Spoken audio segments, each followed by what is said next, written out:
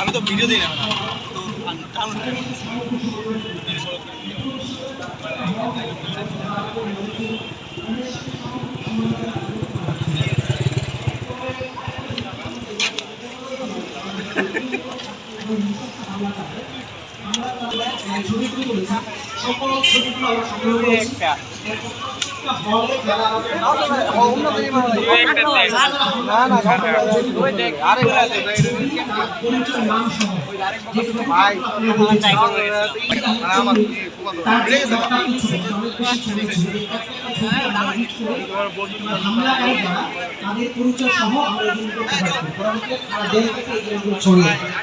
এই কাজগুলোতে আমি সরাসরি সম্পৃক্ত ছিলাম।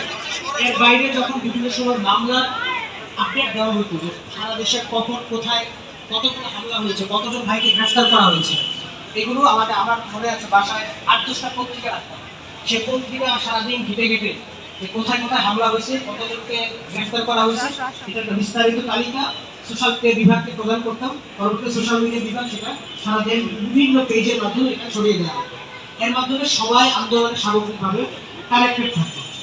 এবং আরেকটা ইন্টারেস্টিং গল্প আছে, সেটা হচ্ছে যখন ইন্টারনেট ব্ল্যাকআউট হয়ে যায়, মোবাইল আপনার অনলাইন যে ডিভাইসগুলো, এই ডিভাইসগুলো কাজ করছিল না, তখন ইন্টারেস্টিংলি ফরহাদ ভাই একটা কাজ করে যে আমাদের এখন হচ্ছে কিছু বাটন মোবাইল দরকার, ছোটো মোবাইল, এগুলো ছাড়া এই আন্দোলন সামনের দিকে আগানো সম্ভব হবে না। পরবর্তীতে সাজ্জাদ ভাই এখানে বসা আছে, সাজ্জাদ ভাইকে ফরহাদ ভাই ফোন দিয়ে বলতেছে যে ইমিডিয়েটলি কয়েকটা সিম ব্যবস্থা করে, বেনামে কিছু সিম। তো ভাই তখন আন্দোলন পুরো তুলে দোকানপাট সব বন্ধ, কোথায় কি করবে। তো ভাই কয়েকটা সিম আশেপাশে যারা ছিল তাদের কাছ থেকে সংগ্রহ করে, এর মধ্যে ভাই নিজের একটা সিম ছিল। তো সেই সিম এবং 5-7টা বাটন মোবাইল আমরা এনে এগুলোতে আমাদের ওই সিমগুলো ভরে সিম ছিল।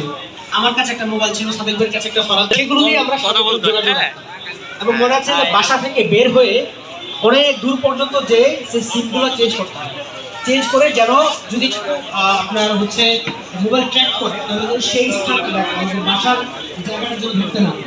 এইভাবে করে করে এই আন্দোলনগুলি সামনের দিকে ধরে প্রচুর মাধ্যমে আমাদের বাসায় হঠাৎ করে মানুষ এমন অবস্থায় দৌড়ে রাখা যায়, তখন এমন অবস্থা যখন মানুষই